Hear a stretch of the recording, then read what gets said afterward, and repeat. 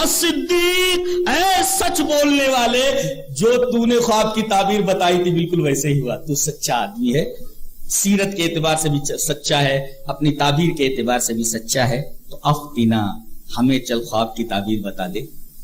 کہا کہ کس نے خواب دیکھا ہے؟ کہا کہ بادشاہ نے، اور میں ان کے کہنے پر تیرے پاس آیا ہوں۔ کہا کہ خواب کیا ہے؟ پھر خواب کو دہراتا ہے، سبع بقرات سمان یاکلہن سبع عجاف، کہ 7 موٹی گائیں ہیں، 7 دبلی گائیں، 7 دبلی گائیں 7 موٹی گائیں کو کھا رہی ہیں، وہ سبع سنبلات خضر واخرى یابسات، 7 سوکھی والیاں ہیں اور 7 ہری والیاں ہیں۔ لعلی ارجع الی الناس لعلهم یعلمون، میں لوگوں کے پاس شاید لوٹوں تاکہ وہ جان لیں، تاکہ وہ جان لیں۔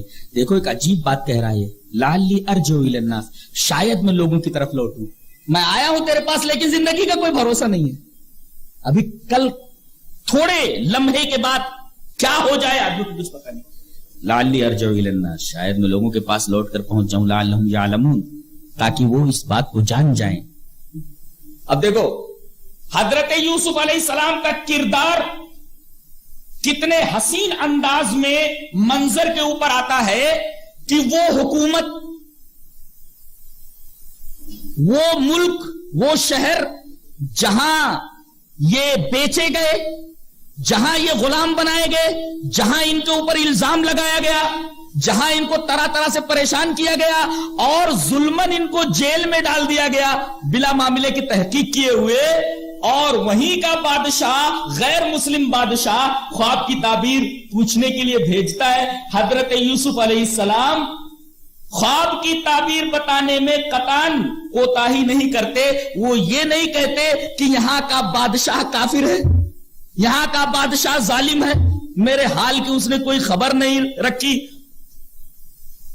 ان کے اوپر طرح طرح کے ظلم ہوئے، اور ان کو یہ بھی معلوم ہے کہ میں جس جیل میں ہوں، جس شہر میں ہوں، جس ملک میں ہوں، وہ کافر مملکت ہے، تب بھی وہاں کے کافر لوگوں، غیر مسلم لوگوں کی خیر خواہی، ان کی نفع رسانی سے انہوں نے گریز نہیں کیا، فوراً خواب کی تعبیر بتا دی۔ اس کا مطلب یہ ہوا کہ مسلمان کہیں بھی رہے، غیر مسلموں کے درمیان بھی رہے، غیر مسلم محلے میں رہے، تو وہاں کے لوگوں کی نفع رسانی کو ہمیشہ پیش نظر رکھے۔ قرآن یہ تعلیم دیتا ہے۔ کہنے لگے قال تزرعون، ڈائریکٹ خواب کی تعبیر بتا رہے ہیں، رکے بھی نہیں۔ ان دونوں کو خواب کی تعبیر بتانے سے پہلے انہوں نے دعوت توحید پیش کی، یہاں فوراً ہی کوئی دعوت پیش کرنے سے پہلے خواب کی تعبیر بتا رہے ہیں۔ اس نے خواب کی تعبیر پوچھی، انہوں نے خواب کی تعبیر فوراً بتا دی۔ کہا قال تزرعون 7 سنین دابا، مسلسل 7 سال تک تم زراعت کرو گے۔ فما حصدتم فذروه في سنبله قليلا مما تاكلون، کہا کہ یہ 7 جو سوکھی گائیں ہیں اور 7 موٹی گائیں اور 7 سوکھی بالیاں 7 ہری بالیاں، یہ اس بات کی طرف اشارہ کرتی ہیں کہ یہ 7 سال جو پہلے آئیں گے یہ خوشحالی کے ہوں گے، خوب اچھی زراعت ہوگی۔ اب 7 سال کی جو پیداوار ہے اس کے 3 حصے کر ڈالو، غور سے سنیے۔ ایک خواب کی تعبیر یہ بتا رہے کہ 7 سال یہ خوشحالی کے ہوں گے، تم زراعت کرو گے اس کے اندر، اور اس کے بعد 7 سال جو آئیں گے وہ خشک سالی کے ہوں گے، پانی نہیں برسے گا، قحط سالی کا دور رہے گا۔ کتنی عجیب بات ہے، کتنی عجیب بات ہے۔ تو ایک تو بتایا کہ اس خواب کی تعبیر کیا ہے، 7 سال خوشحالی کے، اس کے بعد 7 سال قحط کے، اس کے بعد یہ بتا رہے ہیں کہ طریقہ کیا اپنایا جائے۔ 7 سال جو تم کھیتی کرو گے اس کھیتی کے غلے کے 3 حصے کر ڈالو، گاہ لو، جتنی ضرورت ہو لوگوں کو کھانے کی وہ الگ رکھ لو، بقیہ کچھ جو 7 سال کے بعد بیج ڈالنے کے کام آئے بیج الگ رکھ لو، بقیہ غلہ جو اس کو بالیوں میں چھوڑ دو۔ یہ ایک نکتہ بتایا کہ بالیوں میں اگر غلے کو چھوڑ دیا جائے تو خراب نہیں ہوتا ہے، ترکیب بھی بتا دی۔ قال تزرعون 7 سنین دابا فما حصدتم فذروه في سنبله قليلا مما تاكلون، کچھ کھانے کے لیے رکھ لو، کچھ بیج کے لیے رکھ لو، اور بقیہ کو بالیوں میں چھوڑ دو۔ ثم ياتي من بعد ذلك 7 شداد ياكلن ما قدمتم لهن الا قليلا مما تحسنون، پھر 7 سال سختی کے آئیں گے، قحط سالی کے. اس وقت جو تم نے غلہ جمع کیا ہوگا وہ 7 سالوں میں کام آئیں گے. یہ ترکیب بھی بتا دی. اور اس کے بعد حصن کا لفظ بتایا، بہت غور طلب یہ لفظ ہے. حصن کا مطلب ہوتا ہے اسٹوریج. ایسے مکانات بنائے جائیں کہ وہ تمام غلہ جات وہاں اسٹور ہو تاکہ کیڑے نہ لگ جائیں، تاکہ پانی وہاں پہنچ نہ سکے جس کی وجہ سے غلہ خراب ہو جائے. وہاں آس پاس کہیں آگ نہ جلائی جائے جس کی وجہ سے غلہ خراب ہو جائے، اس لیے کہ بالیوں میں رکھنا ہے. لہذا اس کے لیے اچھے اسٹوریجز ہوں، جمع کرنے کے، اسٹور کرنے کے مکانات باقاعدہ تعمیر کیے جائیں.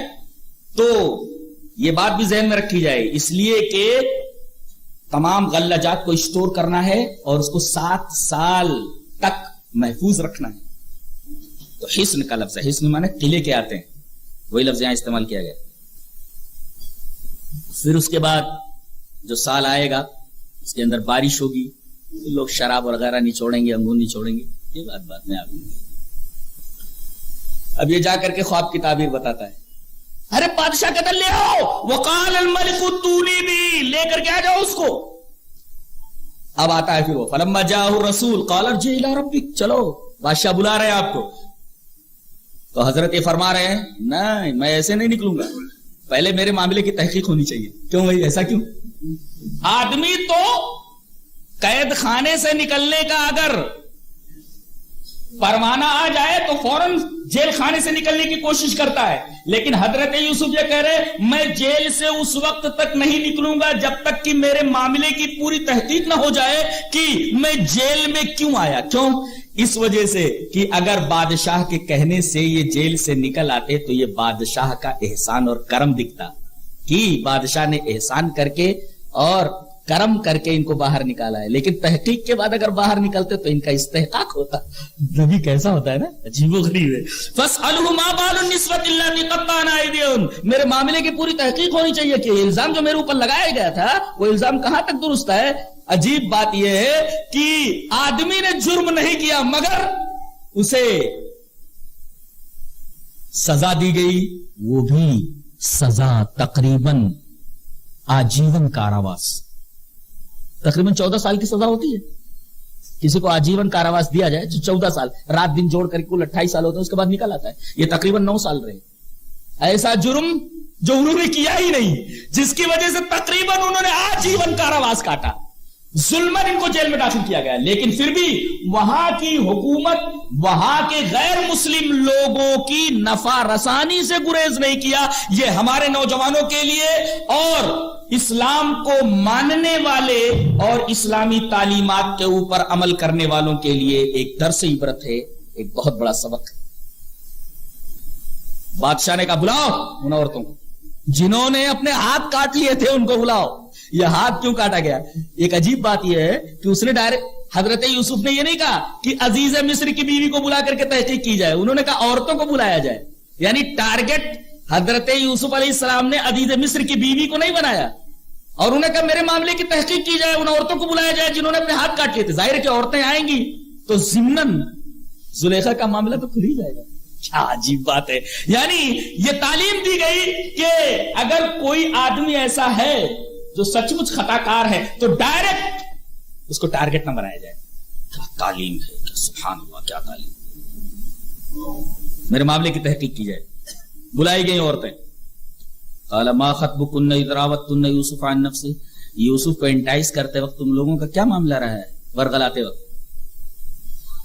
نقطہ سوال کیا گیا تمہارا معاملہ کیا تھا. اگر چپ رہتی تو سکوت رضا کے اوپر دلیل ہوتا کہ ہاں ہم لوگ غلطی پر تھے، لیکن سکوت کرنے پر حضرت یوسف علیہ السلام کی برات ظاہر ہو جاتی.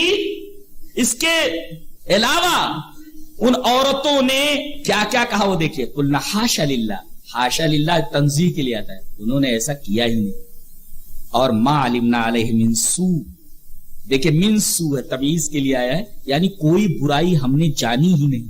دیکھنے کی تو بات چھوڑیے، ہمارے علم میں نہیں ہے یوسف کی طرف سے کسی برائی کا. یہ ہے جادو وہ جو سر چڑھ کر بولے، اس کو کہتے ہیں قلنا حاشا للہ، تنزیہ کے لیے. ما علمنا علیہ من سوء، کسی بھی قسم کی برائی کے بارے میں یوسف کی طرف سے ہمیں اس کا علم نہیں ہے. اب یہ تو عورتوں نے کہہ دیا،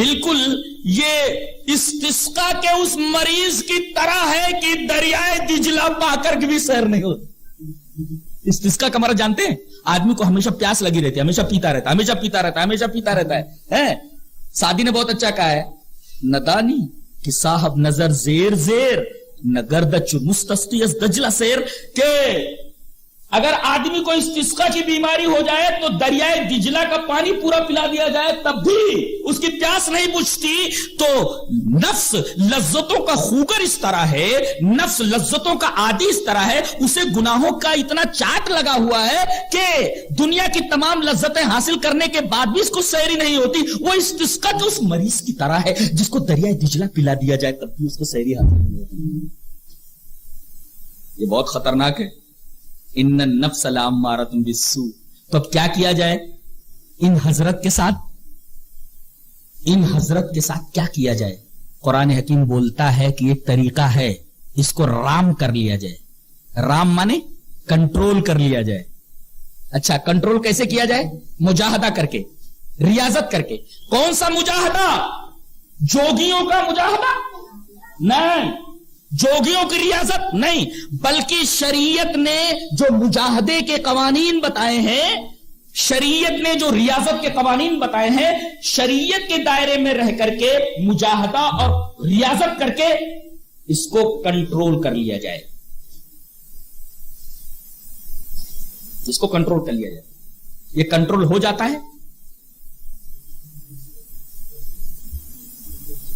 ہو جاتا ہے. کیسے؟ علامہ بوسیری کا ایک شعر میں نے پڑھا قصیدہ بردہ میں، کہتے ہیں، بہت غور سے سنیے تو سمجھ میں آئے گا ورنہ نہیں. النفس کالطفل ان تہمل شب علی حب الرضاع وان تفتمه ينفتم.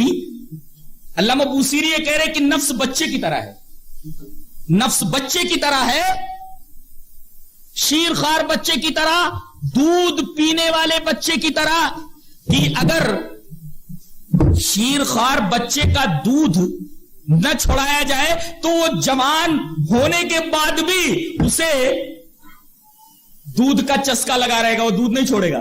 لیکن اگر اس کو چھوڑا دیا جائے تو چھوڑ دے گا. جیسے ایک شیر خوار بچے کو ماں جب دودھ چھوڑانا چاہتی ہے تو وہ جانتی ہے کہ مجھے بھی تکلیف ہوگی اور اس بچے کو بھی تکلیف ہوگی. لے بیٹا بسکٹ کھا لے. نہیں میں دودھ ہی پیوں گا. اماں یہ دیکھ رہی ہے کہ یہ کچھ کھا نہیں رہا ہے اور کچھ کھا نہیں رہا، اس سے ماں کے دل کو تکلیف پہنچتی ہے. وہ کچھ کھا نہیں رہا تو اس کو تکلیف پہنچ رہی ہے، لیکن رفتہ رفتہ روٹی کا، بسکٹ کا کھانے کا عادی بنا کر کے دودھ چھوڑوا دیتی ہے. اور جب چھوڑا دیتی ہے تو وہ چھوڑ دیتا ہے. بعد میں اس سے کہا جائے چل ماں کا دودھ پی لے، پیے گا؟ نہیں پیتا. ایسے ہی النفس کالطفل ان تہمل شب علی حب الرضاع وان تفتمه ينفتم، کہ نفس شیر خوار بچے کی طرح ہے. اگر اس کو مہلت دے دی جائے، ڈھیل دے دی جائے تو جوان ہونے کے بعد بھی وہ دودھ کا عادی رہے گا. لیکن اگر تھوڑی تکلیف ماں اٹھا لے، بچہ بھی تھوڑی تکلیف اٹھا لے، تھوڑا مجاہدہ، تھوڑی ریاضت کر لے، دودھ جب چھوڑ دے گا تو پھر کبھی دودھ نہیں پیے گا. اس طرح نفس امارہ کو مجاہدے اور ریاضت کے ذریعے کنٹرول میں کر لو تو وہ نفس لوامہ بن جاتا ہے. جیسے وہ دودھ نہیں پیتا بچہ پھر بعد میں بیزار ہو جاتا ہے، ایسے ہی نفس کو کنٹرول کرنے کے بعد نفس گناہوں سے بیزار ہو جاتا ہے. اور اسی کو قرآن حکیم نفس لوامہ کہتا ہے اور اس کی تعریف فرماتا ہے، لا اقسم بیوم القیامہ ولا اقسم بالنفس اللوامہ. یہ نفس امارہ تو گناہوں کا بہت زیادہ حکم دیتا ہے، لیکن اس کو اگر رام کر لیا جائے، کنٹرول کر لیا جائے شرعی ریاضت اور مجاہدے کے ذریعے، تو یہ جب کنٹرول میں آتا ہے تو نفس لوامہ بن جاتا ہے. آدمی گناہ کرے تو ایسا لگتا ہے جیسے دل کے اوپر ایک بوجھ آ گیا ہو، ایک عجیب بوجھ کا احساس ہوتا ہے. تو یہ در حقیقت نفس لوامہ کی کیفیت ہے. اور پھر اس کے بعد اگر آدمی کو نیک کاموں میں لذت ملنے لگے، اللہ کی طرف سے آئی ہوئی تکلیفیں جو آزمائش کے لیے اس میں لذتیں ملنے لگے، تو نفس مطمئنہ ہو جاتا ہے. جیسے یا ایتھا النفس المطمئنہ ارجعی الی ربک راضیۃ مرضیہ، راضی اور مرضی ہو جائے نفس تو نفس مطمئن ہو جاتا ہے. اور نبی کریم صلی اللہ علیہ وسلم نے دعا مانگی ہے کہ اللہ مجھے ایسا نفس دے دے جو مطمئن ہو، اس لیے کہ نفس جب مطمئن ہو جاتا ہے، نفس مطمئنہ، اس کو فرشتے جان نکالتے وقت خوشخبری دیتے ہیں، ارے نکل نکل جلدی سے اپنے رب کی طرف چل اور اللہ کے بندوں میں, اللہ کے نیک بندوں کے زمرے میں تو شامل ہو جا, جنت میں داخل ہو جا. تو نفس کے 3 قسمیں ہوئی, نفس امارہ, نفس لوامہ, نفس مطمئنہ. نفس امارہ بے ذات ہی برائیوں کا حکم دیتا ہے, مگر اس کو شرعی مجاہدے اور ریاضت کے ذریعے کنٹرول کر لیا جائے تو نفس لوامہ بن جاتا ہے. جیسے بچہ دودھ چھوڑنے کے بعد دوبارہ دودھ نہیں پیتا, دودھ سے بیزار ہو جاتا ہے, ایسے ہی آدمی گناہوں سے بیزار ہو جاتا ہے. گناہ کر لے تو دل پر ایک بوجھ سا ہو اس کے رہتا ہے, اس کو نفس لوامہ. اور اگر اس کو لذت آنے لگے نیک کام کرنے پر تو یہ نفس مطمئنہ. اچھا یہاں ایک فرق بتا دوں نیکی اور بدی کا, برائی اور بھلائی کا. برائی کرنے سے پہلے مزہ آتا ہے اور نیکی کرنے کے بعد مزہ آتا ہے. نقطہ یہ برائی اور نیکی, برائی کرنے سے پہلے مزہ آتا ہے لیکن نیکی کرنے کے بعد مزہ آتا ہے. ایک فرق تو یہ ہوا. دوسرا فرق یہ ہے کہ برائی کا مزہ عارضی ہوتا ہے لیکن بھلائی کا مزہ دیر پا ہوتا ہے. اور برائی کا انجام برا ہوتا ہے, بھلائی کا انجام بھلا ہوتا ہے. برائی کا انجام جہنم ہے, بھلائی کا انجام جنت ہے. یہ فرق ہے خیر اور شر اور نیکی اور بدی کے درمیان.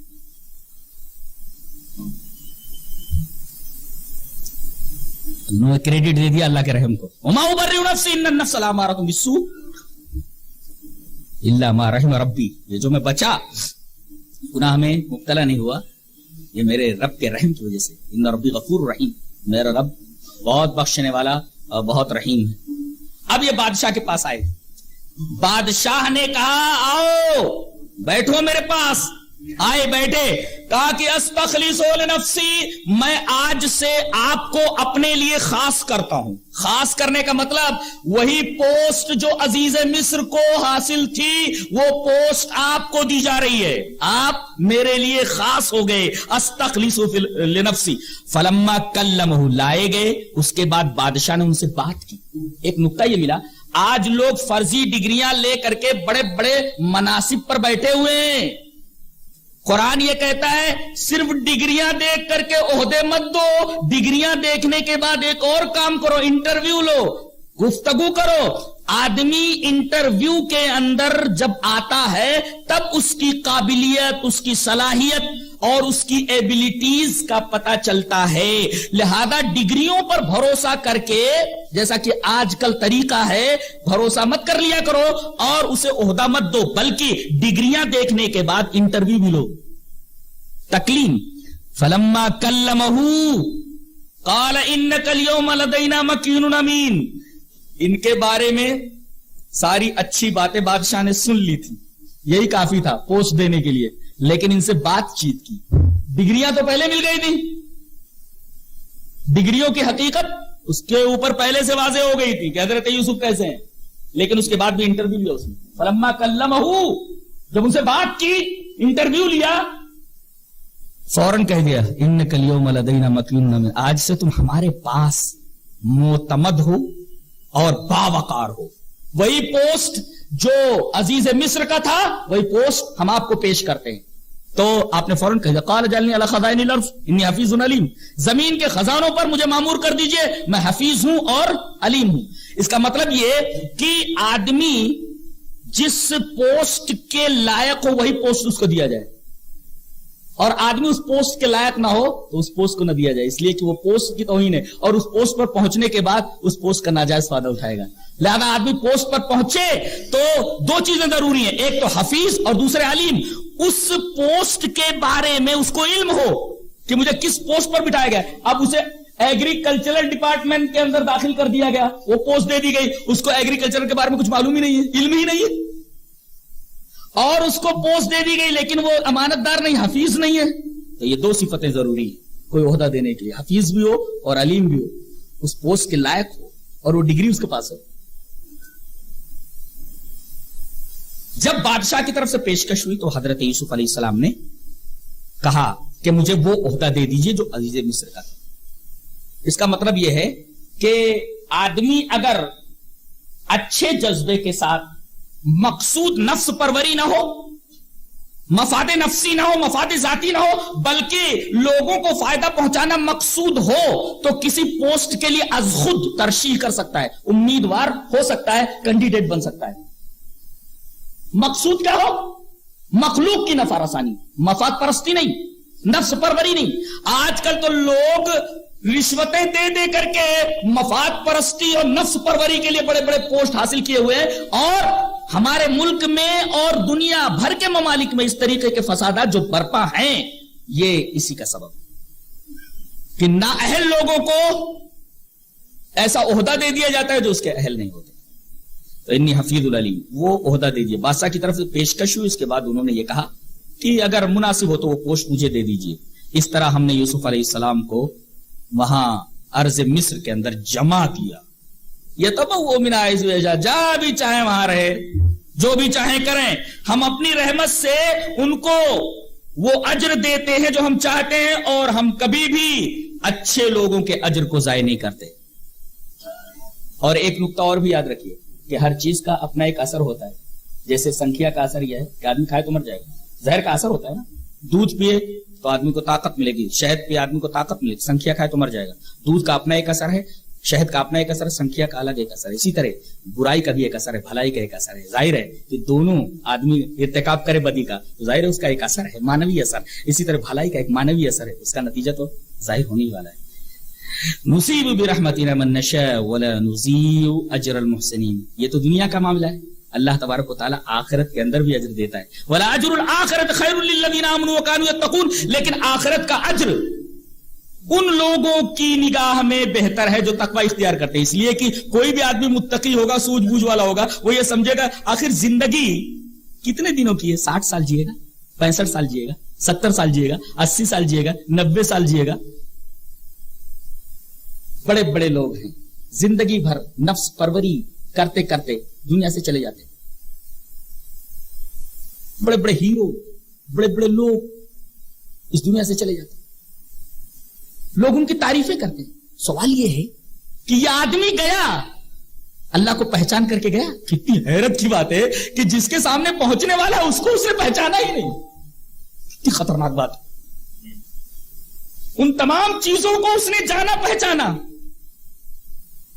جن کا تعلق اس کی ذات سے تھا، لیکن مرنے کے بعد جس نے اس کو پیدا کیا اس کو پہچان کر نہیں گیا، جس سے ملاقات ہونے والی ہے وہاں کے لیے تیاری کر کے نہیں گیا، تو اس کی تعریف کیسے کی جا سکتی ہے؟ اس کے اوپر صرف افسوس کیا جا سکتا ہے، ماتم کیا جا سکتا ہے کہ اس کو کیا ملا دنیا میں؟ کچھ بھی نہیں ملا۔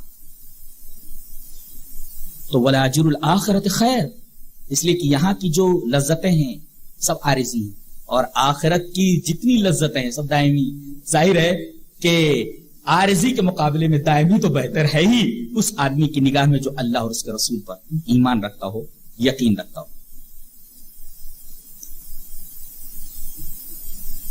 اس میں ایک نقطہ اور ملا کہ غیر مسلم حکومتوں میں آدمی نوکری کر سکتا ہے،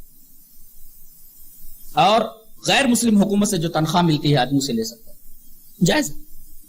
اسی طرح غیر مسلم حکومت اگر کوئی پوسٹ پیش کرے اس پوسٹ کو قبول کر سکتا ہے، جواز ہے۔ جیسے ہمارے بہت سارے بھائی سرکاری دفاتر میں کام کرتے ہیں، سرکاری مناصب کے اوپر بیٹھے ہوئے ہیں اور ان کو سرکار سے تنخواہ ملتی ہے، جائز ہے، اس کا قرآن حکیم اس کی اجازت دیتا ہے۔ اسی طریقے سے ان عورتوں کے لیے بھی اجازت ہے کہ جن کے گھر میں کوئی کاروبار کرنے والا نہیں ہے تو وہ پردے کے ساتھ شریعت کے خاص شرائط کے پیش نظر باہر نکل کر وہ نوکری کر سکتی ہیں۔ شرط یہ ہے کہ گھر میں کوئی کمانے والا نہ ہو۔ اور حکومت کے لیے ایک پیغام، ہمارے دیش کی حکومت کے لیے ایک پیغام، اور ہماری مسلم قوم کے لیے ایک پیغام۔ آپ کے لیے پیغام یہ، آپ کے لیے درس یہ کہ آپ اس لائق بنیں، کوئی کمال تو پیدا کریں۔ حضرت یوسف نے کمال پیدا کیا، غیر مسلم بادشاہ نے سب سے عظیم پوسٹ ان کو پیش کیا، اور پوسٹ پیش کرنے سے گریز نہیں کیا۔ آپ اپنا کمال دکھائیے، آپ اپنا کمال دکھائیے دین کے ساتھ۔ آپ سول سروسز میں جائیے، آپ انجینئر بنیے، ڈاکٹر بنیے، ایک ہاتھ میں کتاب و سنت ہو، دوسرے ہاتھ میں آپ کا فن ہو، آپ اپنے اندر کمال پیدا کیجئے، حکومت آپ کو پوسٹ دینے کے لیے تیار ہے. آپ اپنے اندر کمال تو پیدا کیجئے.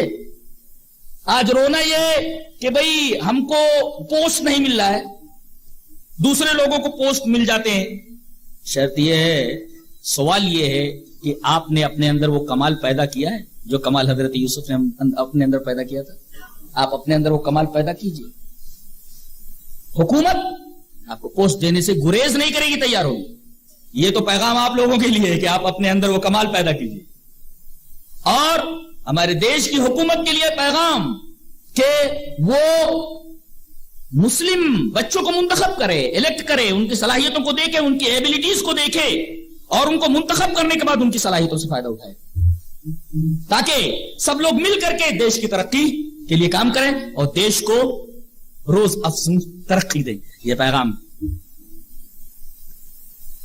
یہ ایک سین تھا جو یہاں ختم ہوا. اب یہ جو ایک سین آ رہا ہے اس کا تھوڑا حصہ بیان کر کے میں ابھی بات کو ختم کروں گا، تاکہ کچھ جو بہت اہم باتیں ہیں وہ کل بیان کر کے ہم ختم کریں گے. آج تھوڑی سی بات بیان کر کے یہیں پر ہم روک دیں گے بات کو. یہاں یہ بات حذف ہے کہ وہ 7 سال کیسے آئے، زراعت کیسی ہوئی، 7 سال کیسے گزرے، اس کے اندر کچھ بیان نہیں ہے. یہ انڈر اسٹوڈ ہے، یعنی وہ 7 سال خوشحالی کے آئے. اس درمیان جو پوسٹ حضرت یوسف علیہ السلام کو ملا تھا، عقل انسانی جتنے خالی خانے ہیں خود بخود رنگ بھر لے. قرآن حکیم نے ان جزیات کو ذکر نہیں کیا ہے، لیکن ان جزیات کو انڈر اسٹوڈ کیا ہے. آدمی خود سمجھ لے کہ جب یہ پوسٹ حضرت یوسف علیہ السلام نے سنبھالا، ظاہر ہے کہ اب 7 سال خوشحالی کے آنے والے ہیں، اس کے بعد 7 سال خشکی کے قحط سالی کے. تو ان 7 سالوں کے اندر اتنی پیداوار کرنی ہے کہ وہ آنے والے قحط کے 7 سالوں کے اندر کافی ہو سکے. اب حضرت یوسف نے کیا کیا نہ کیا ہوگا. دریائے نیل کے اندر نظام نوائر قائم کیا ہوگا، ریہٹ لگایا ہوگا تاکہ پستی سے پانی کو بلندی کی طرف لے جا کر کے کھیتوں کو سیراب کیا جائے، ڈیموں کو صاف کیا جائے، ان کے اوپر توجہ دی جائے، بڑے بڑے تالاب کھودوائے جائیں، پانی کو اسٹور کیا جائے، کسانوں کو الرٹ کر دیا جائے، ایگریکلچرل ڈپارٹمنٹ کو مکمل متوجہ کر دیا جائے. یہ سب کام انڈرسٹوڈ ہیں جو حضرت یوسف علیہ السلام نے کیے ہوں گے. قرآن حکیم نے کہا یہ جو خاکے خالی ہے وظاہر، اس میں عقل انسانی خود رنگ بھر سکتی ہے، وہ جزیات بیان کرنے کی ضرورت نہیں ہے. یعنی قرآن حکیم جب کسی قصے کو بیان کرتا ہے تو ایسے جزئیات کا ذکر نہیں کرتا جو فضول ہوں، بلکہ انہی جزئیات کو ذکر کرتا ہے جس میں اسباق ہوں، لیسنس ہوں، دروس ہوں، عبرتیں ہوں، مواعظ ہوں، نصائح. بقیہ ان جزئیات کو حذف کر دیتا ہے کہ عقل انسانی خود بخود ان خاکوں کے اندر جو بظاہر ذکر نہیں ہے انڈر اسٹوڈ مان کر کے ان خاکوں کے اندر رنگ بھر لے. 7 سال اچھے گزرے، پیداوار اچھی ہوئی. اب 7 سال خشکی کے آئے. اب قحط کا اثر دور دور تک پہنچا، یہاں تک کہ کنعان میں بھی پہنچا جہاں کہ حضرت یوسف علیہ السلام ہے. کہانی یہاں سے ایک عجیب موڑ لیتی ہے. وہ بھائی جنہوں نے اپنے اس بے قصور بھائی کو چاہ کے اندر، جب کے اندر، کنویں کے اندر ڈال دیا تھا، ان کے گاؤں میں بھی قحط کا اثر پہنچا. اور جس طرح اطراف کے لوگ غلہ لینے کے لیے شہر مصر میں آ رہے تھے، یہ لوگ بھی 10 بھائی وہاں سے چلے.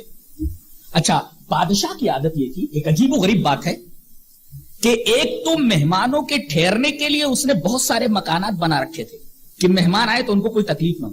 خیر المنزلین کہا گیا ہے. میں بہترین میزبان ہوں. اس کا مطلب یہ ہے کہ اطراف سے آنے والے لوگوں کے لیے ٹھہرانے کے لیے بہترین بندوبست تھا کہ کتنے بھی آدمی آئے ٹھہرنے کے لیے کوئی تکلیف نہ ہو. ایک انتظام تو یہ تھا، خیر المنزلین کے لفظ سے سمجھ میں آتا ہے. دوسرا کام حضرت یوسف علیہ السلام نے یہ کیا کہ جو لوگ غلہ لینے کے لیے آتے ان سے وجہن لوجہن، دو بدو، روبرو و نفس نفیس خود بات کرتے. کہاں سے آئے ہیں آپ؟ جی ہاں کنان سے. ٹھیک ہے, کتنے لوگ آئے ہیں؟ 10 لوگ آئے ہیں. اچھا, آپ نے اپنے پیچھے کن کن لوگوں کو چھوڑا؟ ماں باپ ہیں, ایک بھائی ہے. اس طریقے ہر ایک سے کہاں سے آئے ہیں, یعنی اس سے یہ پتا چلتا ہے کہ حضرت یوسف علیہ السلام غلے کی تقسیم کے وقت بذات خود حاضر رہتے تھے اور ہر آنے والے قافلے کے ہیڈ سے بذات خود ملتے تھے, ہر آدمی سے ملتے تھے اور اس کا حال چال مکمل معلوم کرتے تھے. یہ بھی طریقہ تھا. اور تیسرا کام حضرت یوسف علیہ السلام نے یہ کیا کہ ایک آدمی کو صرف ایک اونٹ کا بوجھ دیا جاتا تھا, جس کا اندازہ مفسرین نے یہ کیا کہ 60 سا کے برابر ہوتا تھا. ہم لوگ جب عید کے دن فطرہ نکالتے ہیں تو فطرے میں کتنا دیتے ہیں؟ 1 سا. 1 سا تقریباً 3.25 کلو. تو ہر آدمی کو 60 سا دیا جاتا تھا. تو 1 سا از اکول ٹو 3.25 کلو. تو 60 سا یعنی میدانی طریقے سے معلوم کر لیجئے کتنا ہوا, کتنا دیا جاتا تھا. تو فی کس ایک آدمی کو صرف 1 اونٹ غلہ دیا جاتا تھا, 60 سا.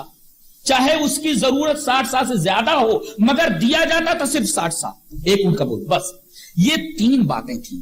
ایک تو یہ کہ ان کے ٹھہرنے کا اچھا انتظام کروایا گیا تھا, اور دوسرے یہ کہ ہر آدمی سے بنفس نفیس حضرت یوسف علیہ السلام ملتے تھے اور غلے کی تقسیم کے وقت بذات خود حاضر رہتے تھے, اور آخری چیز کہ ہر آدمی کو ایک ہی اونٹ کا بوجھ دیا جاتا تھا جو 60 سا کے برابر ہوتا تھا, چاہے اس کی ضرورت اس سے زیادہ ہی کیوں نہ رہی ہو. ایک بار آنے پر 1 اونٹ کا بوجھ دیا جاتا تھا. اب بھائی 10 کے 10 آئے.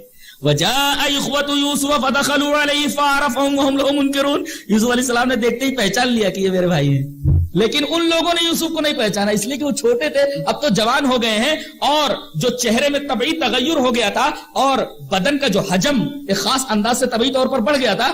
اور سب سے بڑی بات تو یہ, وہ سوچ بھی نہیں سکتے تھے کہ جس بھائی کو ہم نے کنویں میں ڈالا, اللہ تبارک و تعالیٰ نے اس پستی سے نکال کر کے کس بلندی تک پہنچا دیا ہے. ڈالا تھا ہم نے کنویں میں جو پستی ہے, اور اللہ تبارک و تعالیٰ نے اس پستی سے اٹھا کر کے اس کو پہنچا دیا ہے ایک بہت بڑی حکومت کے بڑے پوسٹ کے اوپر. وہ سوچ بھی نہیں سکتے تھے, ان کا ذہن بھی نہیں جا سکتا تھا, لہذا انہوں نے حضرت یوسف کو پہچانا ہی نہیں.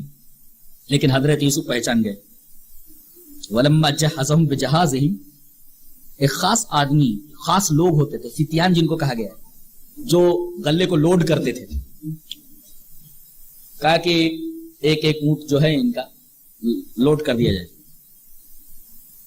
اس کے بعد ہر ایک کو بلا کر کے انہوں نے حال چال پوچھا. ہاں آپ لوگ کتنے لوگ آئے ہیں؟ 10 لوگ آئے. گھر میں اور کون کون ہے؟ کہا کہ ابا ہیں, امی ہیں. اچھا, اور کون ہے؟ بولے ایک بھائی ہے. اسی وجہ سے نکرہ استعمال کیا گیا, یہ نہیں کہا گیا اپنے بھائی کو, بلکہ یہ کہا وَلَمَّا جَهَّزَهُمْ بِجَهَازِهِمْ قَالَ ائْتُونِي بِأَخٍ لَكُم مِّنْ أَبِيكُمْ. تمہارے جو باپ کی طرف سے بھائی ہے, یعنی تمہارا اللہ کی بھائی, بِأَخٍ لَكُم کہہ کر کے بِأَخٍ لَكُم مِّنْ أَبِيكُم یہ کہا تاکہ وہ چونکے نہ کہ حضرت یوسف کو کیسے معلوم ہوا کہ ان کا ایک اللہ بھائی ہے. لیکن اپنے بارے میں کچھ نہیں پوچھا کہ گھر میں کون کون, نہیں پوچھا. کوئی اور بھائی بھی تھا جس کے ساتھ تم نے ایسا کیا, وہ بعد میں بتائیں گے. وَلَمَّا جَهَّزَهُمْ بِجَهَازِهِمْ قَالَ ائْتُونِي بِأَخٍ لَكُم مِّنْ أَبِيكُمْ. اچھا آپ کے آنا تو اس بھائی کو بھی ساتھ لے کر کے آنا جو تمہارا اللہ بھائی ہے. اور دیکھو 2 باتیں کہیں. الا ترون انی اوفی الکیل, یہ دیکھ نہیں رہے کہ میں وزن پورا کا پورا دیتا ہوں, ایک ایک اونٹ. وانا خیر المنزلین, بہترین طریقے سے مہمان نوازی کرتا ہوں. فَإِن لَّمْ تَأْتُونِي بِالْفَلَا قِيلَ لَكُمْ عِندِي وَلَا تَقْرَبُونَ. اور اگر بھائی کو لے کر آئے نہیں تو ایک تو یہ کہ تمہیں کچھ نہیں ملے گا, اور دوسرے میرے قریب بھی مت آنا. اس کا مطلب ہر ایک کو قریب کرتے تھے, ہر ایک کو قریب کرتے تھے, باقاعدہ بات کرتے تھے ان سے. تو میرے قریب بھی مت آنا اور تمہیں کوئی غلہ نہیں دیا جائے گا, بھائی کو لے کر کے آؤ. وہ الا ترون انی اوفی الکیل, یہ ترغیب ہے, اور فَإِن لَّمْ تَأْتُونِي بِالْفَلَا قِيلَ لَكُمْ, یہ ترغیب ہے, ڈرا بھی دیا. لاؤ گے بھائی کو تو غلہ ملے گا, نہیں لائے تو نہیں ملے گا. ترغیب اور ترہیب دونوں کو جمع کر دیا گیا. اب یہ بڑے پریشان ہوئے. قالوا سنراود عنه اباه وإنا لفاعلون. ابا کو پرچائیں گے, رجھائیں گے, ترکیب اختیار کریں گے کہ وہ اپنے بیٹے کو ہمارے ساتھ بھیج دیں, اور ہم ایسا ضرور کریں گے, ہم ایسا ضرور کریں گے. یہ تو ہو گیا. اب حضرت یوسف کے غائب ہونے کے بعد سب سے زیادہ محبت حضرت بنیامین سے حضرت یعقوب علیہ السلام کرتے تھے، لیکن حضرت یوسف کی یاد برابر آتی رہتی تھی۔ یہ وہی شخص محسوس کر سکتا ہے، وہ بوڑھا آدمی جس کا ایک ہونہار خوبصورت بیٹا بچپن میں اس سے جدا ہو گیا ہو، جس کے بارے میں یہ معلوم نہ ہو کہ بچہ کہاں گیا ہوگا، کیا کھاتا ہوگا، کیا پیتا ہوگا، کیا پہنتا ہوگا، اس کے ساتھ حالات کیا ہوئے ہوں گے۔ یہ ایک دردمند باپ، ایک باپ ہی محسوس کر سکتا ہے۔ میرے پاس الفاظ نہیں ہیں، ان کا تعلق ایموشنز اور جذبات سے، واردات سے ہے، اور ایموشنز کو اور جذبات کو لفظوں میں بیان کرنا ناممکنات میں سے ہے، محالات میں سے ہے۔ وقال لفتیان جعلوا بضاعتهم في رحال، جب قافلہ چلنے لگا تو نوجوانوں سے کہا جو لوڈ کرتے تھے اونٹوں کے اوپر، کہا کہ ان کا جو پیسہ ہے ہر ایک اونٹ کے اندر ان کے سامان میں رکھو۔ سوال یہ ہے کہ ان کا پیسہ ایک ہی اونٹ میں رکھ دیا جاتا؟ نہیں، پیسہ 10 اونٹوں کے سامان کے اندر رکھا گیا تاکہ یہ پتا چلے کہ یہ جو پیسہ اس اونٹ کے سامان میں ہے، اس اونٹ کے غلے کی قیمت ہے۔ یہ بات بتانے کے لیے ہر ایک اونٹ کے سامان میں وہ پیسہ رکھا گیا، ہر ایک میں، تاکہ یہ پتا چلے کہ جتنا پیسہ جس اونٹ کے سامان میں رکھا گیا ہے وہ اس کی قیمت ہے۔ اور اس وجہ سے بھی رکھا گیا وہ پورا کا پورا پیسہ، تاکہ وہاں پہنچنے کے بعد جب سامان کو کھولیں تو یہ نہ سمجھے کہ ہو سکتا ہے وہ پیسہ ہم لوگوں نے نہیں دیا، لینے میں بھول گئے تو یہ تو ہمارے لیے حلال نہیں ہوگا، چلو واپس چلو، یہ پیسہ بھی لوٹا دیں گے۔ اس طرح ایک راہ اور کھل گئی کہ حضرت بنیامین وہ ضرور لے کر آئیں گے۔ وقال لفتیان جعلوا بضاعتهم في رحالهم لعلهم يعرفونها اذا انقلبوا الى اهلهم لعلهم يرجعون، جب اپنے اہل کے پاس پہنچے، کھولا گیا سامان تو دیکھا کہ پیسے سارے کے سارے اونٹوں کے اندر موجود ہے۔ فلما رجعوا الى ابيهم قالوا يا ابانا منع منا الكيل فارسل معنا اخانا نقتل وانا له لحافظون، ہمارے لیے غلہ روک دیا گیا ہے، اب ہم کو کچھ نہیں ملے گا۔ کہا کہ کیوں؟ کہا کہ اس نے یہ کہا ہے عزیز مصر نے کہ جب تک بھائی کو نہیں لاؤ گے تب تک غلہ نہیں ملے گا، بھیج دیجئے ہمارے ساتھ ہمارے بھائی کو، ہم اس کی حفاظت کریں گے۔ اچھا حفاظت کرو گے؟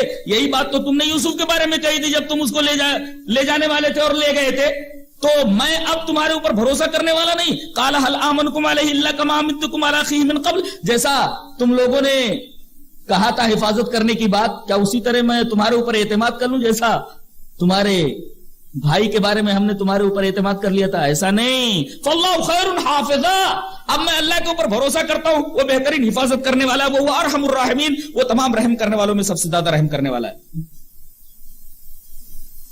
اس سے یہ پتا چلا کہ آدمی کو چاہیے کہ کسی چیز کو اللہ کی حفاظت میں دے دے۔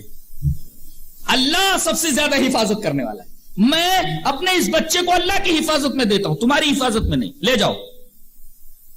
اور اس کے بعد یہ کہہ رہے ہیں ولما فتحوا متاعهم وجدوا بضاعتهم ردت اليهم، دیکھا کہ تو سارا پیسہ لوٹا دیا گیا۔ قالوا یا ابانا ما نبغي هذه، ارے یہ دیکھو هذه بضاعتنا، یہ سامان، یہ پیسہ ردت الینا، ہمیں لوٹا دیا گیا ہے، اور غلہ بھی لوٹا دیا گیا، غلہ بھی دے دیا گیا، پیسہ بھی لوٹا دیا گیا۔ اب بھیج دیجئے، غلہ لے آئے ہم، اور ہمارے اہل کو اس کی ضرورت بھی ہے، اور ہم اپنے بھائی کی حفاظت کریں گے، اور ایک اونٹ کا غلہ اور مل جائے گا، اس لیے کہ جو آدمی جاتا ہے ایک آدمی کے بدلے ایک اونٹ کا غلہ دیا جاتا ہے۔ ذالک کیل یسیر، یہ آسانی سے ایک کیل مل جائے گا۔ قال لن ارسلہ معکم حتی تؤتونی موثقا من اللہ لتاتوننی به الا یحاط بکم، کہا کہ میں ہرگز نہیں بھیج سکتا جب تک کہ تم مجھے عہد نہ دے دو، اس لیے کہ یہاں ایک نکتہ یہ ملا کہ لا یلدغ المؤمن فی جوہر مرتين، مومن ایک بل سے 2 بار نہیں ڈسا جاتا۔ کہا کہ اب پہلی دفعہ میں نے تم سے عہد نہیں لیا تھا، اب میں تم سے عہد لوں گا اللہ کی طرف سے، تم عہد کرو، جب تک عہد نہیں کرو گے نہیں میرے جو کہ اس کو لے آؤ گے واپس، لتاتوننی بھی، عہد کرو کہ لے آؤں، الا یحاط بکم، یہ بھائیوں کے لیے بھی ایک آسانی پیدا کر دی کہ ہو سکتا ہے کوئی بات ہو جائے، کوئی آفت ناگہانی آ جائے تو اس میں تم معذور ہو، لیکن وعدہ کرو کہ اگر کوئی آفت ناگہانی نہیں ہوئی تو تم اس کو ضرور میرے پاس لے آؤ گے صحیح سلامت۔ الا یحاط بکم فلما آتاهم موثقهم، جب انہوں نے اپنا عہد دیا تو کہا قال اللہ ولا ما نقول وکیل، اب ہم اللہ کو گواہ بناتے ہیں، وہ وکیل ہے ہمارے اور تمہارے درمیان، تم نے جو کہا اور جو میں نے عہد تم سے لیا۔ کہتے ہیں کہ باپ ہم سے محبت ہی نہیں کرتے تھے، یہاں جب جانے لگے تو وقال یا بنی لا تدخلوا من باب واحد وادخلوا من ابواب متفرقہ، اے میرے بچوں اب تم جا رہے ہو 11 ہو گئے نا، تو دیکھو ایک دروازے سے داخل مت ہونا، متفرق دروازوں سے داخل ہونا۔ کیوں؟ محبت نہ ہوتی تو بیٹوں کو یہ ترغیب کیوں دیتے؟ اس کا مطلب بیٹے کتنے بھی خراب کیسے بھی باپ کو اپنے بیٹوں سے محبت ہوتی ہی ہے۔ اب دل چیر کا تو باپ دکھا نہیں سکتا، ان کا تعلق جذبات سے۔ کہا ہے میرے بچوں ایک دروازے سے داخل مت ہونا، متفرق دروازوں سے داخل ہونا، یہ تو تدبیر ہے۔ وما اغنی عنکم من اللہ من شیء، لیکن ہو کر وہی رہے گا جو اللہ چاہتا ہے۔ بتا دیا گیا کہ توکل کس کو کہتے ہیں۔ حضرت عمر ابن امیہ زمری آئے اور کہا کہ اللہ کے رسول یہ اونٹ ہے میرا، اورسل ناقتی، یہ اونٹنی ہے میری، اورسل ناقتی اتوکل واقید واتوکل، کہا کہ یہ میری اونٹنی ہے، اس کو چھوڑ دوں توکل کروں یا میں اس کو باندھ دوں توکل کروں؟ نبی کریم صلی اللہ علیہ وسلم نے قید و توکل، پہلے باندھتے پھر توکل کر۔ اس کا مطلب یہ ہے بعض لوگ کہتے ہیں میری قسمت میں جو ہوگا وہ ہو جائے گا، نہیں، پہلے تدبیر کرو، تدبیر کے بعد معاملہ اللہ کے سپرد کر دو، یہ توکل ہے۔ اس کا مطلب کہ احتیاطی تدابیر اختیار کرنا یہ توکل کے منافی نہیں ہے۔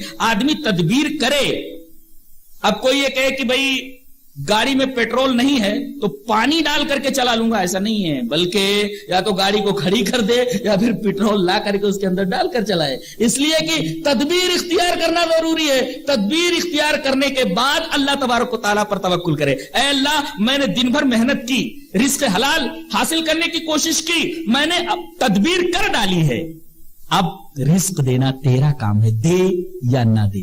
انہوں نے یہی کہا کہ اے میرے بچوں ایک دروازے سے داخل مت ہونا، کیوں؟ ہو سکتا ہے نظر لگ جائے۔ بخاری شریف کی روایت ہے العین حق، نظر لگ جانا برحق ہے، نظر لگ جاتی ہے۔ اور بخاری شریف ہی کی روایت ہے کہ نبی کریم صلی اللہ علیہ وسلم حسنین کو بٹھا کر کے حضرت حسن اور حسین کو ایک دعا پڑھتے تھے، اعوذ بکلمات اللہ التامہ من کل شیطان وہامہ ومن کل عین لامہ، اور آپ فرماتے کہ یہ دعا جو میں تمہارے اوپر پڑھ کر کے پھونکتا ہوں، در حقیقت یہی دعا پڑھ کر کے ابراہیم علیہ السلام اسماعیل اور اسحاق کے اوپر پھونکا کرتے تھے۔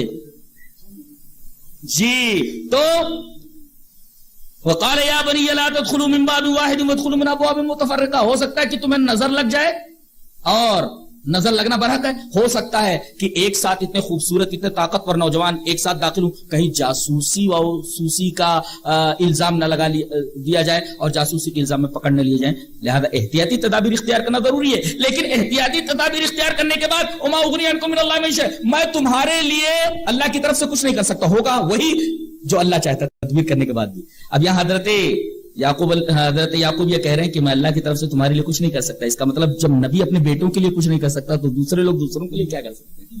یہ توحید ہے۔ معلوم یہ ہوا کہ توکل کے اندر توحید داخل ہے۔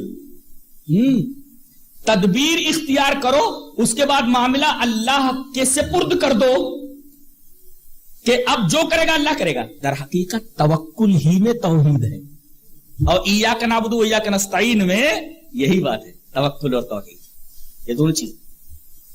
ان الحکم الا للہ، فیصلہ تو اللہ کا فیصلہ ہے، تدبیر ہم اختیار کریں لیکن فیصلہ جو اللہ کا ہوگا وہی ہوگا۔ علیہ توکل، تو میں نے تو توکل کر لیا، وعلیہ فلیتوکل المتوکلون، اب تمہارا کام ہے توکل کرنے والوں کو اس کے اوپر توکل کرنا چاہیے۔